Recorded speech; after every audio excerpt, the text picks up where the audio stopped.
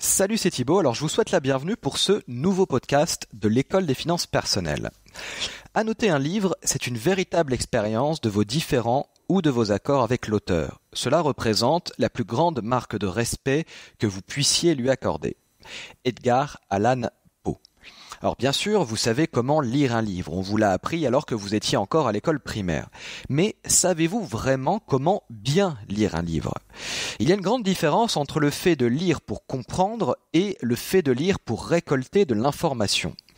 Si vous êtes comme la plupart des gens, vous n'avez peut-être jamais vraiment réfléchi à la meilleure manière de lire. Et votre manière de lire est cruciale pour accumuler des connaissances. Beaucoup de gens confondent le fait de connaître le nom de quelque chose avec le fait de le comprendre. Bien que cela soit bénéfique à l'exercice de votre mémoire, la régurgitation de faits sans en comprendre la signification profonde ni le contexte ne vous apporte pas grand-chose dans le monde réel. Un indice pour bien comprendre ce dont nous parlons, tout ce qui est facilement digéré consiste peu ou prou à lire pour récolter de l'information. Prenons l'exemple de la presse écrite. Apprenez-vous vraiment quoi que ce soit de nouveau en parcourant cette dernière ? Considérez-vous le journaliste qui écrit comme finalement une sorte de mentor en ce qui concerne le sujet qui est évoqué dans l'article ? Probablement pas. Eh bien, cela signifie tout simplement que vous lisez cet article pour récolter de l'information. Cela signifie que vous allez probablement répéter ensuite ce que vous avez lu en vous appropriant le contenu comme si vous étiez celui qui a fait le travail de recherche. Il n'y a évidemment aucun mal à cela, c'est ainsi que la plupart des gens lisent, mais en agissant ainsi, eh bien, vous n'apprenez rien de nouveau, cela ne fera pas de vous une meilleure personne et ne vous rendra pas plus compétent dans votre vie financière. Se contenter de lire ne suffit pas pour améliorer vos connaissances. Apprendre quelque chose d'instructif demande, vous vous en doutez, une certaine quantité de travail. Vous devez lire quelque chose qui soit en phase avec votre niveau de compétence actuel. Vous avez besoin de trouver des écrivains qui sont plus érudits que vous dans un domaine qui vous intéresse. Ce n'est qu'en procédant de la sorte que vous deviendrez plus intelligent. Lire pour comprendre, c'est finalement ce qui permet de réduire le fossé entre le lecteur et l'écrivain. Alors juste avant de poursuivre ce podcast, si vous souhaitez apprendre à gagner votre indépendance financière et bénéficier gratuitement de plus de 2 heures de vidéo, eh bien je vous invite à cliquer sur le lien présent dans la description du podcast ci-dessous. Vous serez redirigé vers une page d'inscription sur laquelle il vous suffira de m'indiquer votre adresse email pour profiter de ce bonus exceptionnel. L'inscription évidemment est gratuite et garantie sans spam. Alors s'il y a finalement un expert en matière de lecture intelligente, eh bien c'est bien Mortimer Adler qui a, on peut le dire, écrit véritablement le livre sur le sujet. Dans son livre « Comment lire un livre » (How to read a book en anglais), Adler identifie 4 niveaux de lecture. Premier niveau de lecture, le niveau élémentaire. Deuxième niveau de lecture, c'est ce qu'on appelle la lecture ciblée. Troisième niveau de lecture, c'est le niveau analytique. Et quatrième niveau de lecture, le niveau synoptique. L'objectif de lecture détermine véritablement votre manière de lire. Lire le dernier Guillaume Musso, ce n'est pas la même chose que de lire du Friedrich Nietzsche. Si vous lisez avec l'objectif de vous divertir ou de vous informer, vous allez lire d'une manière très différente de celle qui consistera à augmenter votre degré de compréhension. Alors que beaucoup de personnes savent très bien lire de l'information ou du divertissement, il y a finalement peu de gens qui sont capables de lire pour apprendre. Avant d'être en mesure d'améliorer nos compétences en lecture, nous avons besoin de comprendre les différences entre les différents niveaux de lecture. On parle de niveau de lecture tout simplement parce que vous ne pouvez pas atteindre un niveau supérieur sans une solide compréhension du niveau précédent. Finalement, ces niveaux sont en quelque sorte cumulatifs. Alors justement, comment lire un livre ? Alors premier niveau, le niveau élémentaire. Il s'agit du niveau de lecture tel qu'on nous l'apprend à l'école primaire. Vous savez déjà comment faire pour atteindre ce niveau, rien de nouveau sous le soleil. Deuxième niveau de lecture, c'est ce qu'on appelle le niveau ciblé. On nous a appris à l'école que sauter des passages et lire de manière superficielle n'était pas idéal pour la compréhension. Cela n'est pas nécessairement le cas et adopter ce type de pratique peut finalement augmenter la compréhension. La lecture ciblée nous permet de jeter un œil à la table des matières du livre et de décider si, oui ou non, ce dernier mérite une lecture plus approfondie. Il existe 2 sous-niveaux de lecture ciblée. Premier niveau, l'écrémage systématique qui consiste à survoler le livre en, premièrement, lisant la préface, deuxièmement, en étudiant le sommaire, Troisièmement, en prenant connaissance de l'index. Et quatrièmement, en lisant la jaquette du livre. Cela doit vous permettre de comprendre les chapitres qui sont cruciaux dans l'argumentaire de l'auteur. Vous pouvez approfondir en survolant ici et là quelques paragraphes, mais pas plus. L'écrémage vous aide à prendre une décision. Ce livre mérite-t-il mon temps et mon attention? Si tel n'est pas le cas, reposez-le et passez au suivant. Deuxième sous-niveau de lecture ciblée, la lecture superficielle, qui consiste tout simplement à commencer votre lecture. Ne réfléchissez pas à ce que vous lisez, n'approfondissez pas et n'écrivez pas dans les marges. Si vous ne comprenez pas quelque chose, poursuivez. Ce que vous allez tirer de cette lecture rapide vous aidera lorsque vous y reviendrez plus tard et mettrez plus d'efforts dans la lecture. Là encore, la lecture superficielle vous aide à prendre une décision. Maintenant que vous avez une meilleure compréhension du contenu du livre et de sa structure, le comprenez-vous. La lecture ciblée vous donne finalement un aperçu des choses. Parfois, c'est tout ce dont nous avons besoin, mais parfois, nous avons besoin d'aller plus loin. Parfois, nous voulons tout simplement comprendre. Troisième niveau, la lecture analytique. Francis Bacon a un jour déclaré « Certains livres ont pour vocation d'être goûtés, d'autres d'être dévorés, et un certain nombre d'être mastiqués et digérés. » Vous pouvez considérer que le travail de lecture analytique consiste à mastiquer et à digérer un livre. Cela revient à faire le travail et la lecture analytique, c'est en quelque sorte une lecture approfondie. Autant la lecture ciblée vous permet de tirer le maximum de votre lecture en un minimum de temps, autant la lecture analytique vous permet de tirer le maximum de votre lecture sans prendre en compte le facteur temps. À ce niveau de lecture, vous engagez votre esprit et vous fournissez le travail requis pour comprendre ce qui est écrit. Pour maximiser vos efforts, il est recommandé d'annoter votre livre en utilisant l'espace offert par les marges. C'est ainsi que votre conversation avec l'auteur prend forme, en quelque sorte. Alors voici 4 règles pour une lecture analytique efficace. Première règle, classer le livre en fonction de sa nature et de son sujet. Deuxième règle, décrire brièvement le sujet du livre et son traitement par l'auteur.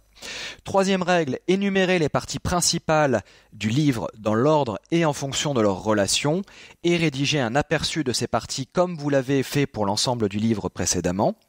Et quatrième règle, définir le problème ou les problèmes que l'auteur tente de résoudre. Vous l'avez compris, bien que cela paraisse facile, la démarche demande beaucoup de travail et heureusement pour vous, la lecture ciblée faite précédemment vous a conditionné pour ce travail. Après une lecture analytique, vous aurez déjà compris le livre et les idées développées par l'auteur. Mais cela ne signifie pas nécessairement que vous aurez compris le sujet de manière globale. Pour parvenir à ce niveau de compréhension, vous aurez besoin de pratiquer la lecture comparative et ainsi de synthétiser la connaissance issue de plusieurs livres traitant du même sujet. Quatrième niveau de lecture, la lecture synoptique. Ce type de lecture, également appelée lecture comparative, représente la lecture la plus exigeante et la plus difficile. La lecture synoptique implique de lire plusieurs livres traitant du même sujet et d'en comparer les idées, le vocabulaire et les thèses. Ce niveau de lecture consiste à identifier les passages clés, traduire la terminologie, poser et ordonner les questions qui nécessitent des réponses, définir les enjeux et avoir une conversation avec les réponses proposées. Tout se passe entre vous et les lacunes que vous souhaitez combler dans vos connaissances. La lecture comparative se décompose en 5 étapes principales. Première étape, trouver les passages clés. Vous devez trouver les bons livres et ensuite les passages qui répondent le mieux à vos besoins. La première étape consiste donc à opérer une lecture ciblée de toutes les œuvres que vous avez identifiées comme pertinentes. Deuxième étape, reformuler les propos de l'auteur. En lecture analytique, vous devez identifier les mots-clés et la manière dont ils sont employés par l'auteur. C'est un processus plutôt simple. Dans le cas de la lecture comparative, le processus devient un peu plus complexe car il y a de fortes chances que l'auteur ait employé des mots et des concepts différents pour exposer ses idées. La responsabilité vous revient donc d'établir les termes. Plutôt que d'utiliser le langage de l'auteur, vous devez utiliser le vôtre. En bref, vous vous livrez à un exercice de traduction et de synthèse. Troisième étape, clarifier les questions.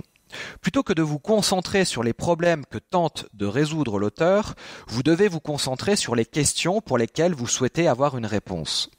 De même que nous souhaitons établir notre propre terminologie, nous devons établir nos propres propositions en faisant la lumière sur les problèmes qui nous occupent et pour lesquels les auteurs donnent des réponses. Il est crucial de formuler les questions de telle manière à ce que les auteurs sélectionnés, ou du moins une grande partie d'entre eux, puissent être interprétés pour fournir des réponses. Parfois, nous ne pouvons pas obtenir de réponse à nos questions, tout simplement parce que les auteurs ne les ont pas considérées comme telles. Quatrième étape de la lecture comparative, définir les enjeux. Si vous avez posé une question claire à laquelle peuvent être apportées plusieurs réponses, alors un enjeu vient d'être soulevé. Opposer les réponses que vous avez désormais traduites dans vos propres mots doit se faire dans un certain ordre, en relation les unes avec les autres. Comprendre les perspectives multiples d'un problème vous aide à former une opinion intelligente. Cinquième et dernière étape, analyser la discussion. Il est présomptueux de s'attendre à trouver une vérité absolue et indéniable en guise de réponse à nos questions. Notre réponse, c'est finalement la résultante d'un conflit entre des réponses qui s'opposent. La valeur réside dans la discussion que vous avez avec ces auteurs et vous êtes désormais en mesure de vous forger une opinion éclairée. Devenir un lecteur exigeant. Lire ne consiste pas uniquement à prendre l'information, mais surtout à poser les bonnes questions dans le bon ordre et à chercher des réponses. Il y a 4 questions cruciales que vous devez vous poser à la lecture d'un livre. Première question, quel est le sujet de ce livre? Deuxième question, qui est-il écrit dans le détail et comment cela est-il écrit? Troisième question, ce livre est-il dans le vrai ou du moins en partie? Et quatrième question, qu'en retenir? Si vous trouvez que cela représente beaucoup de travail, eh bien vous avez raison, c'est le cas. Et la plupart des gens ne le feront pas. C'est justement ce qui va vous permettre de vous distinguer de la majorité. Retenir ce que vous lisez. Vous l'avez compris, lire un livre et retenir ce que vous lisez demande un effort bien plus important que ne l'imaginent beaucoup de gens. Une partie de la réponse vous a été donnée précédemment, mais la question que vous vous posez sans doute à ce stade est la suivante. Comment se fait-il que certaines personnes semblent capables de lire un livre une fois et d'en retenir tous les détails à vie, alors que d'autres semblent avoir du mal à se souvenir, ne serait-ce que du titre de l'ouvrage qu'elles ont fini de lire quelques jours plus tôt? Comme l'a si bien dit Ralph Waldo Emerson, je cite, « Je ne me souviens pas plus des livres que j'ai lus que des plats que j'ai mangés, et pourtant, ce sont eux qui ont fait ce que je suis aujourd'hui. » La réponse est simple, mais n'est pas facile. La question n'est pas de savoir ce que les gens lisent, mais plutôt comment ils lisent. Les lecteurs passifs oublient ce qu'ils lisent en aussi peu de temps qu'il ne leur faut pour les lire. Les lecteurs actifs, au contraire, retiennent l'essentiel de leur lecture. Il y a une autre différence majeure entre ces deux types de lecteurs. La quantité de lecture les affecte différemment. Les lecteurs passifs qui lisent beaucoup ne sont pas beaucoup plus avancés que les lecteurs passifs qui lisent peu. Et si vous êtes un lecteur actif, eh bien les choses sont cependant différentes. Plus les lecteurs actifs lisent et plus ils s'améliorent. Ils développent une sorte de réseau de modèles mentaux pour retenir les idées essentielles, ce qui améliore leur degré de rétention. Ils apprennent à différencier les bonnes thèses et les bonnes structures des mauvaises. Ils prennent de meilleures décisions car ils savent ce qui permet d'expliquer la manière dont le monde fonctionne. Ils évitent les problèmes inutiles. Plus ils lisent, plus ils deviennent des gens de valeur. Et plus ils lisent, plus ils sont en mesure de savoir où chercher et surtout quoi chercher. Prenez un moment pour penser aux livres que vous avez étudiés à l'école. Le temps a passé depuis, et pourtant, la plupart d'entre nous nous souvenons encore très bien de certains d'entre eux. Même si les détails ne sont parfois pas très clairs, nous sommes tout de même en mesure de nous souvenir de l'intrigue, des personnages principaux et des thèmes développés par l'auteur. À l'époque, nous ne nous sommes pas contentés de lire passivement ces livres, nous les avons lus activement, nous en avons parlé en cours, lu quelques passages à voix haute, joué quelques scènes ou peut-être même regardé des adaptations cinématographiques. Pour tirer le meilleur profit de chaque livre que nous lisons, il est vital d'avoir un plan pour enregistrer, réfléchir et mettre en application les conclusions que nous tirons des informations consommées. Et c'est exactement ce que nous allons voir ensemble dans un instant, mettre au point une stratégie pour tirer le meilleur profit de chaque page lue. Avant cela, il peut être utile de rappeler certaines choses. Tout d'abord, la qualité importe plus que la quantité. Si vous ne lisez qu'un livre par semaine, tout en l'appréciant et en l'absorbant totalement, vous serez déjà plus avancé que quelqu'un qui a lu la moitié de la bibliothèque sans prêter vraiment attention à ce qu'il lit. Deuxièmement, la lecture rapide ne sert à rien. La seule manière de lire plus rapidement est en réalité de lire plus, et lire rapidement ne vous permet pas de réfléchir à ce que vous lisez, ni d'opérer une quelconque forme de lecture comparative. Troisièmement, les services de résumé de livres passent à côté de ce qui compte vraiment. En tant que tel, lire le résumé d'un livre n'est pas inutile. Cela peut servir à se faire une idée et à décider ou non d'acheter le livre. Mais s'en contenter, évidemment, c'est une erreur. L'objectif, quand vous lisez pour gagner en vitesse, c'est d'acquérir une sorte de registre contenant des faits et des détails, de la nuance en quelque sorte. C'est ainsi que vous comprenez mieux comment les choses se passent. Quatrièmement, les applications high-tech et les outils ne sont pas nécessaires. Un carnet de notes, des fiches cartonnées et un stylo feront très bien l'affaire. Pour les geeks comme moi, Evernote, par exemple, est parfait et remplit à merveille ses fonctions. Enfin, cinquièmement, vous n'êtes pas obligé de lire des livres que vous trouvez ennuyeux et encore moins d'en terminer la lecture si vous l'avez déjà commencé. Voici une citation de Matt Haig que j'aime beaucoup et qui dit la chose suivante, une citation qui est tirée du livre Reasons to Stay Alive, les raisons de rester en vie. À chaque fois que je lisais un bon livre, j'avais le sentiment de lire une sorte de carte, une carte au trésor, et le trésor qui m'était indiqué était en fait moi-même. Mais chaque carte était incomplète et je ne serais finalement en mesure de localiser le trésor qu'en lisant tous les livres et ainsi le processus qui consistait à me trouver moi-même serait une sorte de quête sans fin et les livres eux-mêmes semblaient refléter cette idée. C'est la raison pour laquelle l'intrigue de chaque livre peut toujours se résumer à une sorte de quête de quelqu'un qui cherche quelque chose. Alors juste avant de poursuivre ce podcast, si vous souhaitez apprendre à gagner votre indépendance financière et bénéficier gratuitement de plus de 2 heures de vidéos, je vous invite à cliquer sur le lien présent dans la description du podcast ci-dessous. Vous serez redirigé vers une page d'inscription sur laquelle il vous suffira de m'indiquer votre adresse email pour profiter de ce bonus exceptionnel. L'inscription évidemment est gratuite et garantie sans spam. Avant de lire, choisissez vos livres soigneusement. Il n'y a pas de règle figée dans le marbre dès lors qu'il s'agit de choisir un livre. Vous n'êtes pas obligé de lire des best-sellers, des classiques ou des livres dont tout le monde dit du bien. Vous n'êtes plus à l'école, il n'y a plus de liste de lecture imposée. Le mieux est sans doute de vous concentrer sur une combinaison de livres qui, premièrement, résistent à l'épreuve du temps, deuxièmement, piquent votre curiosité et, troisièmement, résonnent avec votre situation actuelle.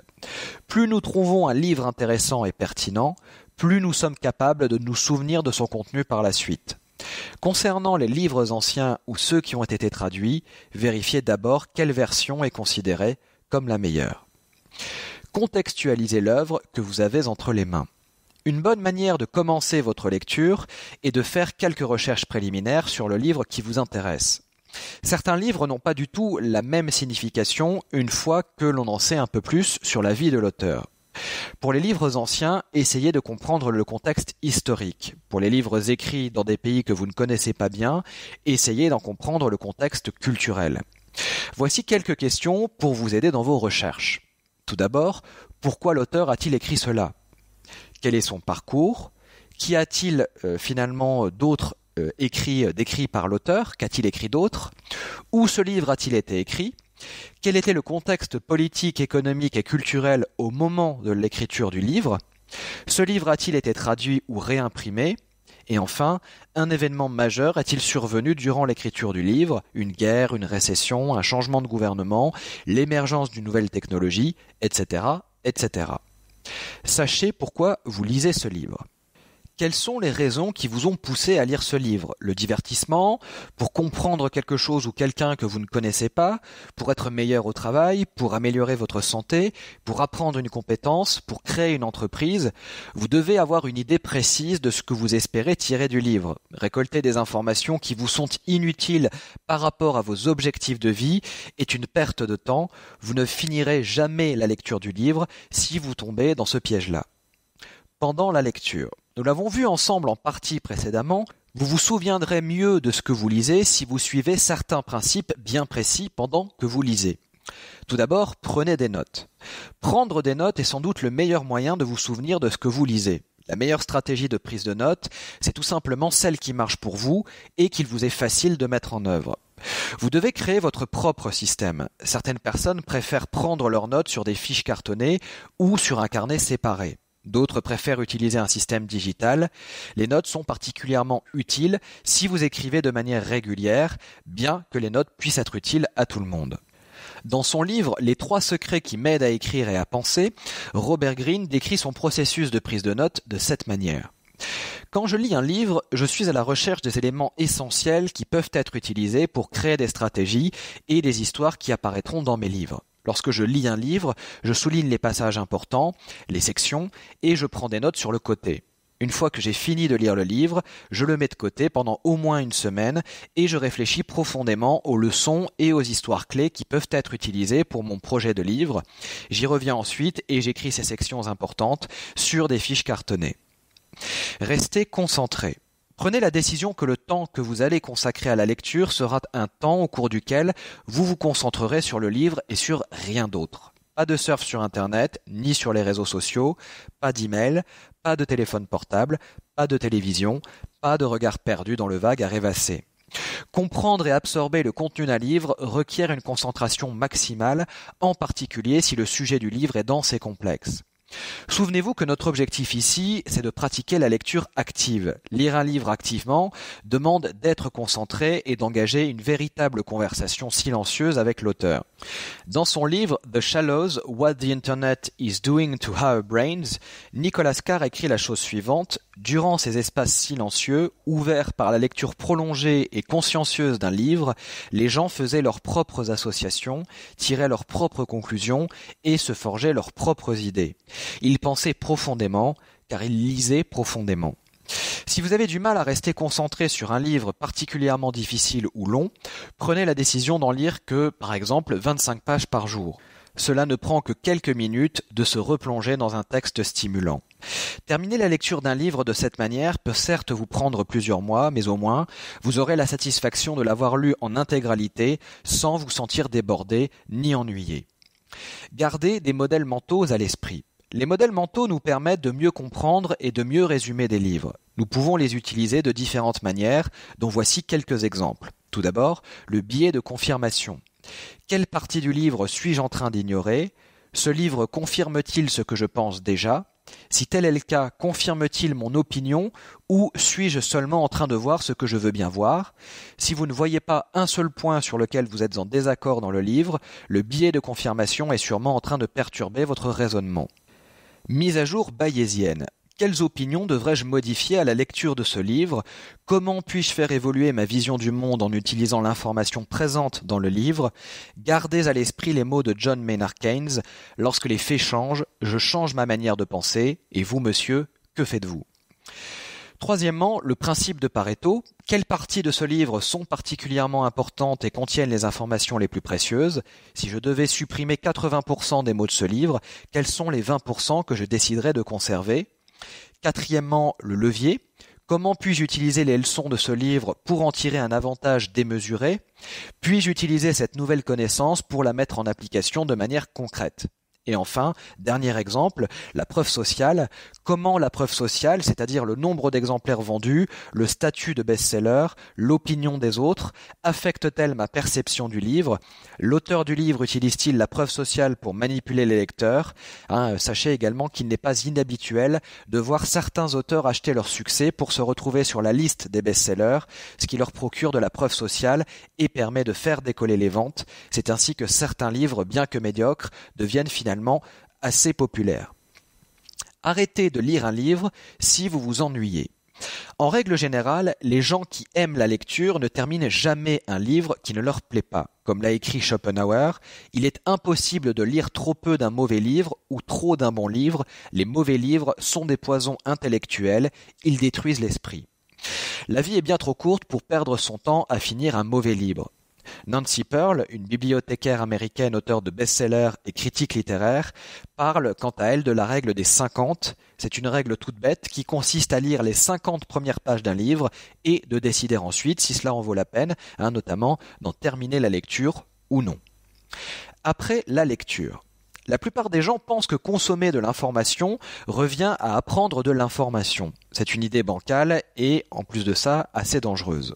Le processus de base de l'apprentissage consiste à réfléchir et à obtenir un feedback. Nous apprenons de nouvelles idées à travers les expériences que nous avons ou que d'autres ont, qui restent incontestées tant que nous n'avons pas pris le temps d'y réfléchir. Si vous lisez quelque chose sans prendre le temps d'y réfléchir, alors vos conclusions seront sans aucun doute fragiles. La technique Feynman. C'est une méthode qui a été inventée par le prix Nobel de physique Richard Feynman. Vous pouvez la voir comme une sorte d'algorithme qui vous garantit l'apprentissage. Il y a 4 étapes majeures à respecter. Tout d'abord, choisir un concept. Ensuite, l'enseigner à un enfant ou à un novice. Troisièmement, identifier les trous et revenir aux sources. Et enfin, quatrièmement, revoir et simplifier encore le processus. Réfléchissez à ce que vous pouvez mettre en application. Vous avez terminé la lecture de votre livre, et maintenant, comment pouvez-vous utiliser ce que vous venez d'apprendre ? Ne reprenez pas le cours de votre vie en vous contentant d'un vague dialogue intérieur dans lequel vous vous dites que ce serait bien de mettre en application ce que l'auteur a écrit. Prenez le temps de faire un plan et de décider comment vous allez appliquer les leçons clés du livre. Vous contenter de lire ne suffit pas, vous avez besoin de contextualiser votre connaissance. Quand cela fonctionne-t-il ? Quand cela ne fonctionne-t-il pas ? Quand puis-je le mettre en application ? Et enfin, quelles sont les variables clés ? Autant de questions dont la liste n'est bien sûr pas exhaustive. Si vous pouvez sélectionner quelque chose que vous venez d'apprendre et le mettre en application immédiatement, cela renforcera votre apprentissage et ajoutera du contexte et du sens. Enseignez ce que vous avez appris. Enseigner aux autres est une manière puissante d'ancrer de l'information dans votre esprit. Cela fait partie intégrante de la technique Feynman que nous avons vue ensemble précédemment. Une fois que vous avez terminé la lecture d'un livre, prenez la personne volontaire la plus proche de vous et racontez-lui ce que vous venez d'apprendre. Il vous faudra expliquer ou reformuler le jargon, décrire pourquoi cette information a du sens et lui faire comprendre la logique de l'auteur. Cela peut vous paraître simple, mais une fois que vous aurez essayé, vous vous rendrez compte que cela n'est pas facile. Si vous ne trouvez personne intéressé autour de vous, alors faites-le tout seul. Et si cela ne fonctionne pas, ou si vous avez peur d'être pris pour un fou, publiez un résumé du livre sur un blog ou une revue sur Amazon, peu importe le moyen, pourvu qu'il s'y trouve des gens susceptibles d'être intéressés par ce que vous écrivez. Comme l'a écrit Schopenhauer, lorsque nous lisons, une autre personne pense pour nous, nous ne faisons que répéter son processus mental. Pour échapper à cela, vous devez réfléchir à ce qui est écrit et élaborer votre propre vision des choses. Cataloguez vos notes. Il existe 1001 manières d'organiser vos notes, par livre, par auteur, par sujet, par période. Peu importe le système que vous choisissez, pourvu que ce dernier vous permette de retrouver facilement vos notes par la suite. Constituer un catalogue de tout ce que vous apprenez revient à vous créer une ressource inestimable qui peut être consultée chaque fois que vous avez besoin d'une idée, d'une inspiration ou d'une confirmation. Avec le temps, vous allez vous constituer une sorte de banque de sagesse à laquelle vous pourrez vous référer en période de crise, d'incertitude ou de besoin. Difficile d'évaluer à quel point cela peut vous être précieux, évidemment, c'est à vous, encore une fois, de faire le travail. Différentes options s'offrent à vous pour cataloguer vos notes, y compris un classeur de fiches cartonnées, idéalement organisé par sujet, auteur ou date de lecture. Les fiches cartonnées peuvent être déplacées au besoin. Un cahier de notes tout simple organisé de la même manière que précédemment, ou encore un système digital comme Evernote, OneNote ou encore plus basiquement Word. Les systèmes digitaux ont l'avantage de faciliter vos recherches, par exemple par mots-clés, ce qui représente un gain de temps parfois considérable. N'oubliez pas de prévoir une plage horaire dans votre emploi du temps pour lire et revoir les notes que vous avez prises lors de vos lectures précédentes. Relisez le livre si nécessaire. Les grands livres devraient être lus plus d'une fois, bien que cela puisse être considéré comme une perte de temps, étant donné le nombre d'autres livres à lire, c'est une vision des choses qui ne prend pas en compte le processus d'apprentissage. Le meilleur moment pour relire un bon livre se situe juste après la lecture de ce dernier. L'objectif, encore une fois, n'est pas de lire autant de livres que possible, l'objectif est de gagner en sagesse autant que possible, la qualité prime sur la quantité. Relire les livres qui comptent est d'une importance cruciale si nous voulons nous souvenir de leur contenu le plus précieux. La répétition est cruciale pour construire vos souvenirs. comme l'a écrit Sénèque en son temps, vous devriez étendre le temps que vous passez avec les écrivains, dont le génie est reconnu, vous nourrissant constamment d'eux si vous souhaitez retirer quoi que ce soit de votre lecture qui trouve ensuite sa place dans votre esprit. Il n'y a peut-être pas de plus belle manière de finir ce podcast qu'avec ces quelques mots de Thoreau, je cite « Les livres sont le trésor du monde et le véritable héritage des générations passées et des nations. Les livres les plus anciens et les meilleurs trônent naturellement et de plein droit sur les étagères de chaque foyer. Ils n'ont pas à plaider leur cause, mais tant qu'ils éclairent et nourrissent le lecteur, son bon sens ne les refusera jamais. Leurs auteurs forment une aristocratie naturelle et irrésistible dans chaque société et, bien plus que les rois et les empereurs, exercent leur influence sur le genre humain. » Alors, dernier rappel, si vous souhaitez apprendre à gagner votre indépendance financière et bénéficier gratuitement de plus de 2 heures de vidéo, je vous invite à cliquer sur le lien présent dans la description du podcast ci-dessous. Vous serez redirigé vers une page d'inscription sur laquelle il vous suffira de m'indiquer votre adresse email pour profiter de ce bonus exceptionnel. L'inscription est gratuite et garantie sans spam. Voilà, écoutez, c'est la fin de ce podcast, donc j'espère qu'il vous a plu, que vous avez appris des tas de choses utiles, et quant à moi, je vous dis à très vite pour un nouvel épisode. Salut!